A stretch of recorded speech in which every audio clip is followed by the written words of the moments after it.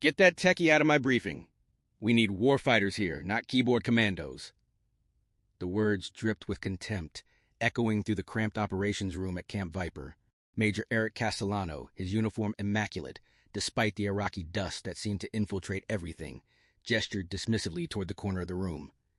His polished demeanor and crisp salute spoke of a man who had mastered the art of looking the part without ever having truly lived it. The assembled platoon of Marines, their faces weathered by the relentless sun of Anbar province, shifted uncomfortably. Their eyes darted between their commanding officer and the subject of his derision, a slight figure hunched over a ruggedized laptop in the corner. Staff Sergeant Maya Torres said nothing. She didn't react. She didn't even glance up from the encryption device she was methodically testing, her fingers dancing across the keys with the precision of a concert pianist. She was a study in deliberate invisibility. Her utilities were faded and worn, her dark hair pulled back in a tight regulation bun, her expression one of complete professional detachment. In a room full of warriors built for combat, she seemed to disappear into the shadows. Her silence created a void, and Castellano, a man who despised silence almost as much as he despised being questioned, rushed to fill it. "Did you hear me, Staff Sergeant? This is a direct action mission. Your job is to sit in the TOC and make sure our radios work. Now get out." The room's temperature seemed to drop as the door opened, and Lieutenant Colonel Kane stepped inside. The nervous shifting stopped immediately. Kane was a living legend, commander of the MARSOC unit they were supporting, a man whose service record was a maze of redacted missions and classified operations. He moved with the fluid economy of a predator, making Castellano's rigid military bearing look like a theatrical performance. His gray eyes swept the room and paused, almost imperceptibly, on Staff Sergeant Torres. He saw what Castellano's arrogance had blinded him to: the custom modifications on her comm gear, the non-standard antenna configurations, the subtle bulge of what appeared to be a portable satellite uplink system. He saw the quiet signature of a true professional, the kind whose competence needs no announcement. If you believe that true competence speaks louder than arrogance, and you want to see more stories where the quiet professionals change everything, subscribe to The Final Watch. The tension in the room was palpable. Colonel Kane didn't challenge Major Castellano directly. His authority was so absolute that confrontation was unnecessary. Instead, he gave a slight nod in Torres' direction, before turning his attention to the digital terrain model displayed on the main screen. The gesture was subtle, but Castellano caught it, and a flush of irritation crept up his neck. It was a silent override of his command, and he bristled at the indignity of it. He would deal with the communications sergeant later. He would ensure she understood her place in his carefully constructed hierarchy. The briefing continued, a cascade of military jargon and tactical objectives. Phase line Bravo, target compound Charlie, air support on standby. Torres remained in her corner, a silent observer. But she wasn't just listening, she was processing. Her mind was constructing a three-dimensional map of the electronic battlefield, identifying potential jamming zones, calculating backup frequencies, and mapping line-of-sight limitations for their satellite communications. While Castellano spoke of kill zones and extraction points, Torres was building an invisible architecture that would keep them all alive.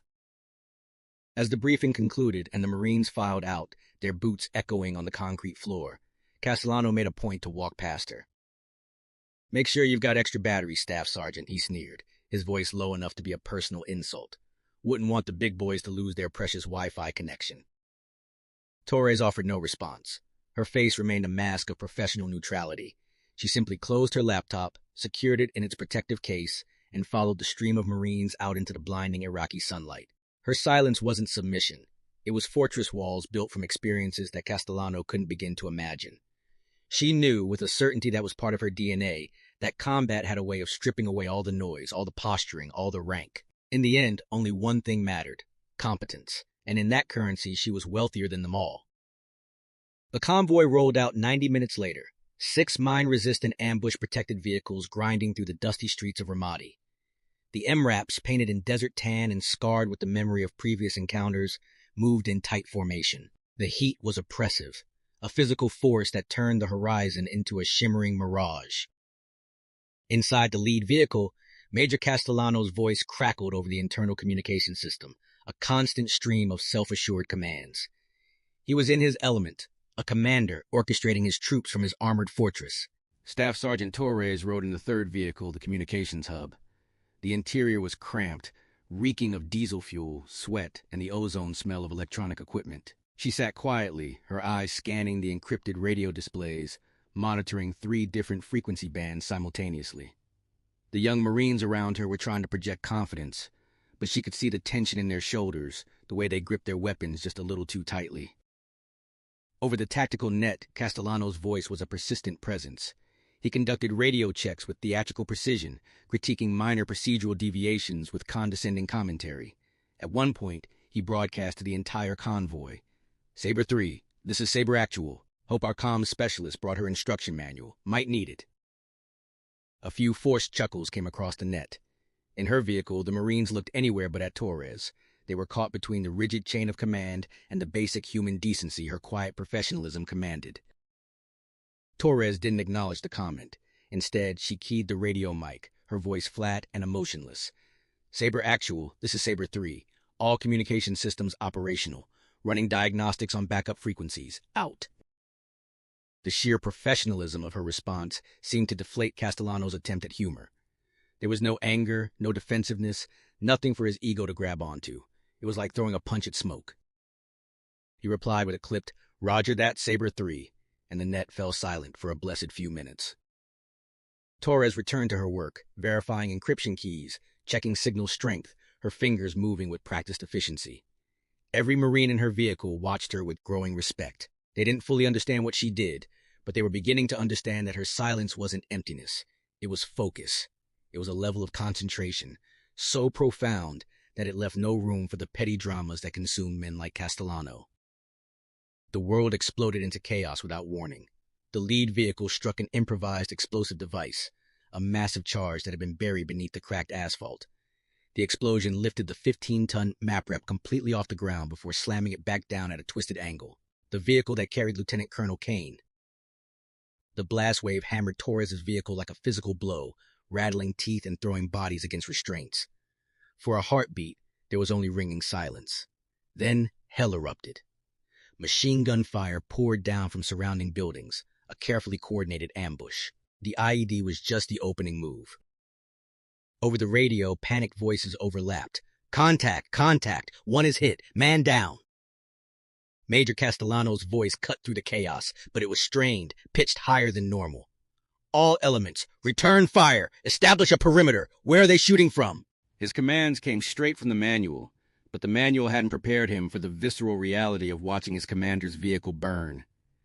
His Marines laid down sporadic, poorly coordinated fire, their training battling against primal fear. But Torres was already moving before the debris had finished falling. She had her equipment pack on and was pushing open the heavy rear door of the MRAP. "Stay here. Cover the street," she commanded the Marines in her vehicle, her voice carrying the weight of absolute authority. It wasn't a request, it was an order born from certainty. She didn't wait for acknowledgement. She hit the ground in a low crouch, a small target in a lethal environment. The air was thick with cordite and burning fuel. Bullets sparked off concrete around her, deadly punctuation marks tracing her path. She didn't run straight. She moved in calculated bursts, using the burning vehicle wreckage as temporary cover. Her movements were economical, efficient, a dance with death she had clearly choreographed 1,000 times before. Castellano, crouched behind his vehicle's armor, saw her. "Comms, get back here. That's a direct order. You'll get yourself killed," he screamed into his radio. She didn't even seem to hear him. Her focus was absolute. A laser beam pointed at the overturned vehicle where she knew the highest value casualty would be. She was running toward the center of the violence, a lone figure of purpose in a symphony of destruction. Her actions were a direct, visceral repudiation of every dismissive word Castellano had ever spoken. The keyboard commando was running into the fire. Reaching the shattered hulk of the lead MRAP was like entering an inferno. The heat from the burning engine was intense, the air thick with toxic smoke. Torres ignored it all. Her mind was a cold, analytical instrument. The driver was dead, killed instantly. The vehicle commander had been thrown clear, but hadn't survived. But in the twisted rear compartment, she heard a sound, labored breathing. Lieutenant Colonel Kane. He was trapped under a collapsed section of the vehicle's interior frame, his right leg pinned at an impossible angle. His face was pale, covered in a sheen of cold sweat. Blood pooled beneath him, spreading in a dark stain. "Colonel, can you hear me?" Torres said, her voice steady as she began assessing his injuries. Kane's eyes opened, unfocused with pain. He tried to speak, but managed only a grimace. The keyboard commando was running into the fire. Reaching the shattered hulk of the lead MRAP was like entering an inferno. The heat from the burning engine was intense, the air thick with toxic smoke. Torres ignored it all. Her mind was a cold, analytical instrument. The driver was dead, killed instantly. The vehicle commander had been thrown clear, but hadn't survived. But in the twisted rear compartment, she heard a sound. Labored breathing. Lieutenant Colonel Kane. He was trapped under a collapsed section of the vehicle's interior frame, his right leg pinned at an impossible angle. His face was pale, covered in a sheen of cold sweat. Blood pooled beneath him, spreading in a dark stain. "Colonel, can you hear me?" Torres said, her voice steady as she began assessing his injuries. Kane's eyes opened, unfocused with pain. He tried to speak, but managed only a grimace. "Don't talk, sir. Conserve your energy," Torres said, her hands already moving with practiced efficiency. From the surrounding buildings, enemy fire intensified. Rounds pinged off the wreckage around her. She was completely exposed, working in the open kill zone. But her focus never wavered. She pulled a trauma kit from her vest, but instead of medical supplies, she extracted something entirely different, a compact satellite communications terminal. The HC Lowe's system, handheld cellular and line of sight, was classified technology, issued only to the most specialized communications operators in the entire special operations community. Kane, through his pain, saw the device. His eyes widened in recognition. He knew exactly what it was. He had personally authorized the funding for the program that fielded it. The operators trained on this equipment weren't regular communications specialists. They were shadows, ghosts who moved between the conventional and special operations worlds, their skills and identities closely guarded secrets. Torres worked with serene intensity. While the firefight raged around her, she deployed the terminal's compact antenna, aligned it with rapid precision, and established a direct encrypted link to the Tactical Operations Center.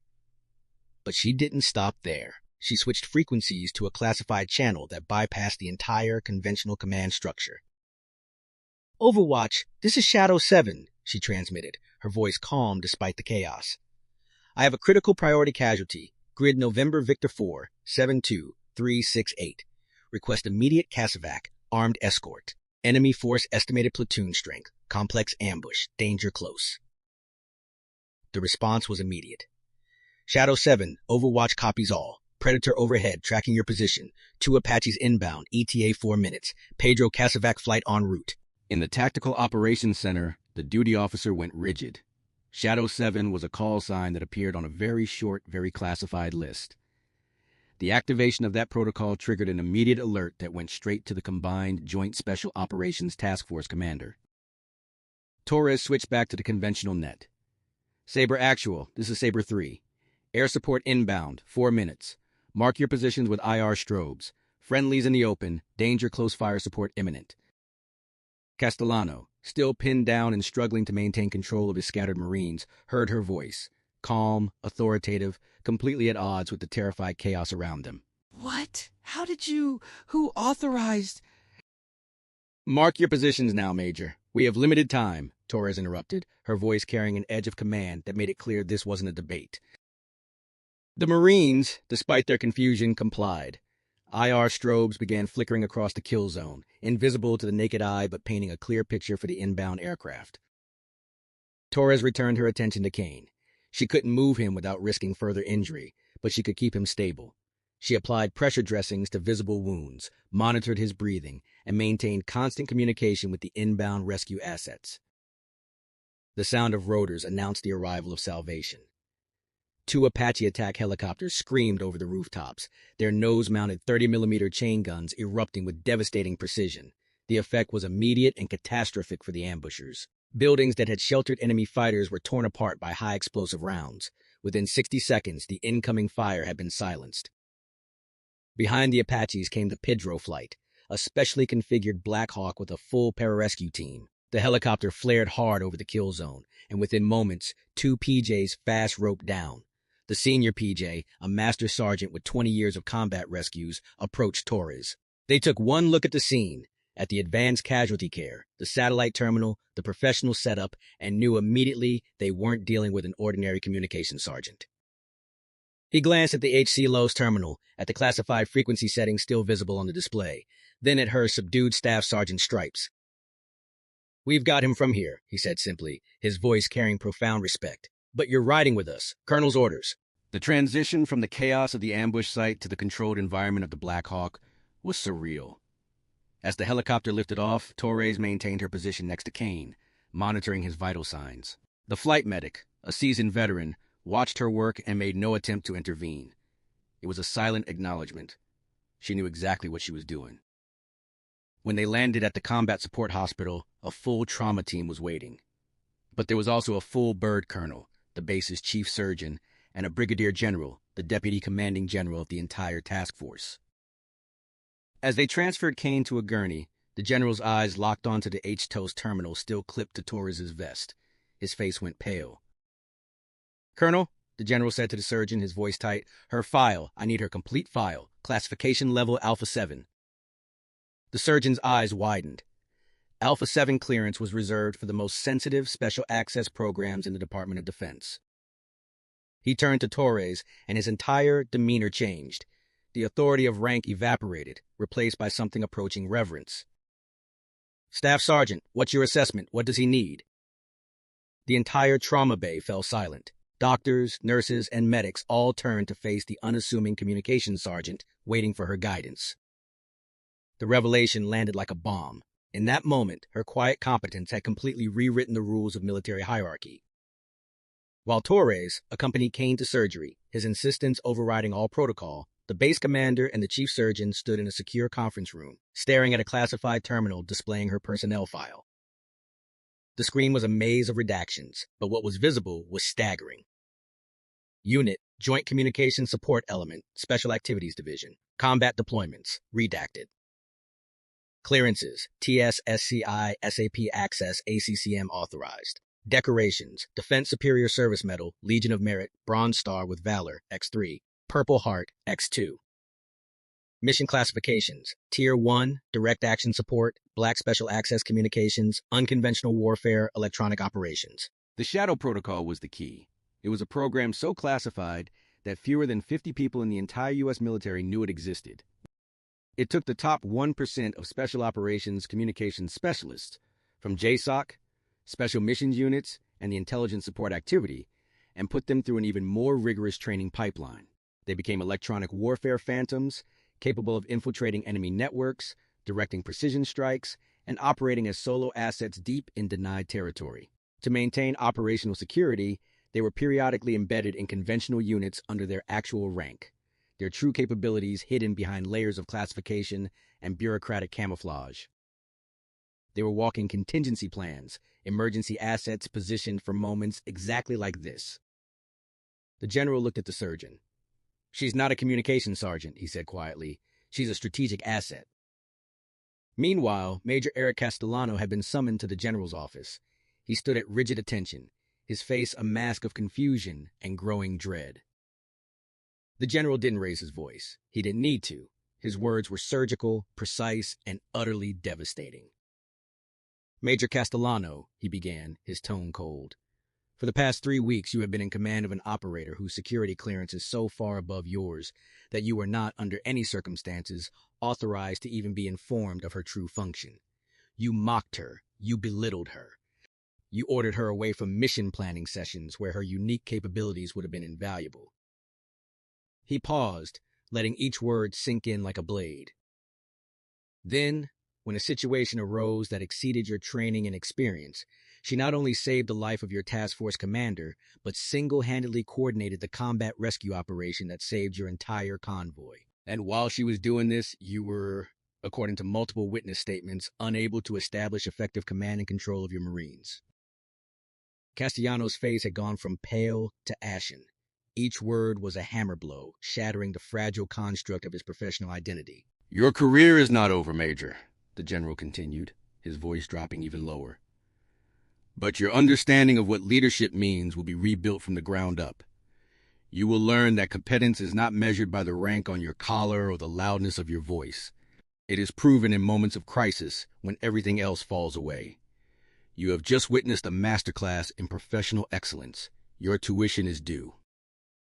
The story spread through Camp Viper like wildfire, transforming from rumor to legend within hours. It was told in hushed tones in the mess hall, whispered in the Tactical Operations Center, and debated in every corner of the base. The embellishments became fantastical. They said she had called in airstrikes using only Morse code, that she had hacked enemy communications in real time, that she had coordinated the entire rescue while simultaneously treating casualties. The details grew wilder with each retelling, but the core truth was even more extraordinary. The quiet communications sergeant that Castellano had dismissed as a keyboard commando was one of the most elite operators in the entire United States military. Major Castellano became a pariah overnight. The casual authority he had once enjoyed evaporated. His own Marines avoided eye contact. The senior NCOs who had once tolerated his arrogance now treated him with cold, formal correctness that was more damning than any open hostility. He had been publicly exposed as a fraud, and the institution had rendered its verdict. His punishment was exquisitely calibrated. He wasn't court-martialed or relieved of command. Instead, he was reassigned as the executive officer of the base's communications center, the very facility where Staff Sergeant Torres had become a living legend. Every day, he walked halls where technicians and specialists spoke her name with reverence. Every day, he had to sign equipment requests and manage operations for the people he had once considered beneath him. It was a masterwork of institutional humility, forcing him to confront his failures every single day. 2 weeks after the ambush, Lieutenant Colonel Kane, now recovering but still confined to a wheelchair, requested a meeting. He sat on a quiet terrace overlooking the Euphrates River, his leg encased in an external fixator. He had summoned 2 people, Major Castellano and Staff Sergeant Torres. Torres stood nearby, her posture relaxed but alert, hands clasped behind her back. Castellano stood at rigid attention, eyes fixed on the horizon, unable to look at either of them. "Major," Kane began, his voice still weak but clear, "look at me." Castellano reluctantly met his gaze. "What you did wasn't just poor judgment," Kane said, his voice devoid of anger but heavy with disappointment. "It was a failure of leadership. You saw the uniform, not the person wearing it. You saw the rank, not the experience. You let your assumptions blind you to the single most valuable asset in your convoy. When everything went to hell, Sergeant Torres' actions saved my life. Your actions nearly cost me mine. Remember that." He turned to Torres, and a genuine smile spread across his tired face. "As for you, Sergeant, or whatever designation I'm technically supposed to use, thank you seems inadequate." Torres simply nodded. "Just doing my job, sir." Those 4 words carried more weight than every boastful speech Castellano had ever delivered. The incident created a permanent cultural shift at Camp Viper, and its ripples spread throughout the entire theater of operations. To his credit, Castellano absorbed the lesson. He became quiet, observant, and deeply respectful of everyone under his command. He spent hours in the communications center, not lecturing, but listening, asking specialists to explain their systems, to share their expertise. He had been publicly shattered, and in the space where his arrogance had lived, genuine humility began to grow. He sought out Torres one final time before she was scheduled to redeploy to her next assignment. He found her in a small maintenance bay, calibrating a radio system with the focused intensity of a surgeon. "Staff Sergeant," he said, his voice steady but quiet. "I was wrong. I was arrogant and blind. There's no excuse for how I treated you. I wanted to say I'm sorry, and thank you. You taught me something I should have learned a long time ago."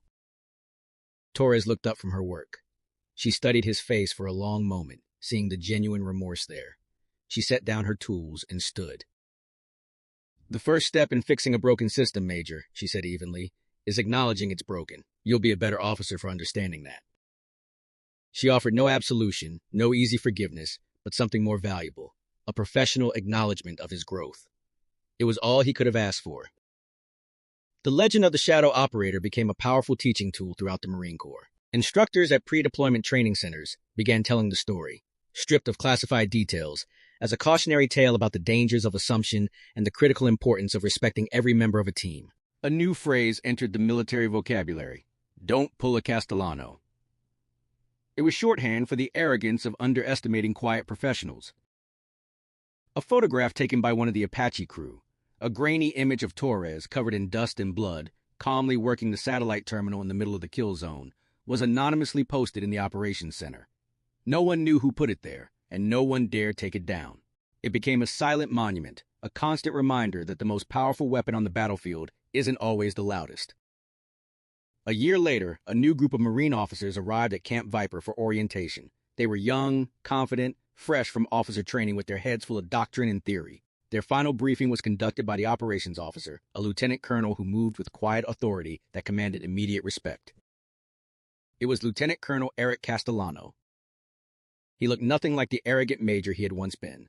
The polished veneer was gone, replaced by the weathered wisdom that comes only from profound failure and difficult growth. He walked them through standard procedures, base security protocols, and rules of engagement. But then he paused, his expression becoming serious. "I want to tell you a story," he said. He told them about an operation, about a cocky young major who thought his rank meant he understood everything. He told them about an ambush, about a catastrophic IED, and about a communications sergeant who everyone had underestimated. He spoke of her calm under fire, her impossible skill, her quiet competence that had saved lives when conventional leadership had failed. He told the story without theatrics, presenting the brutal facts with complete honesty. He was that cocky major, and he made no effort to hide it. "Your biggest threat out here," Castellano concluded, his voice resonating with hard-won wisdom, "isn't the enemy in the next compound. It's the enemy in your own mind. It's your assumptions. It's your ego. It's your belief that you can judge a Marine's worth by the rank on their collar or the volume of their voice." He gestured to the framed photograph hanging on the wall behind him. "That sergeant's name is classified. Her current location is unknown to us, but her legacy changed this entire command. Before any joint operation now, we conduct what we call silent professional assessments. We identify the hidden experts in our formations, the quiet ones, the specialists who don't advertise their capabilities. We learn the hard way that the most valuable person in the room is often the one who speaks the least." The lesson had become doctrine. Torres' quiet competence hadn't just saved one life. It had fundamentally changed the institution, creating a legacy that would save countless more. True legacy isn't measured in what you say or claim. It's measured in the change that continues long after you're gone, a silent, powerful current flowing through the hearts and minds of those you touched. For more stories where quiet competence triumphs over loud arrogance, where professionals define their worth through action rather than words, subscribe to The Final Watch, because the best stories are about the people you never see coming.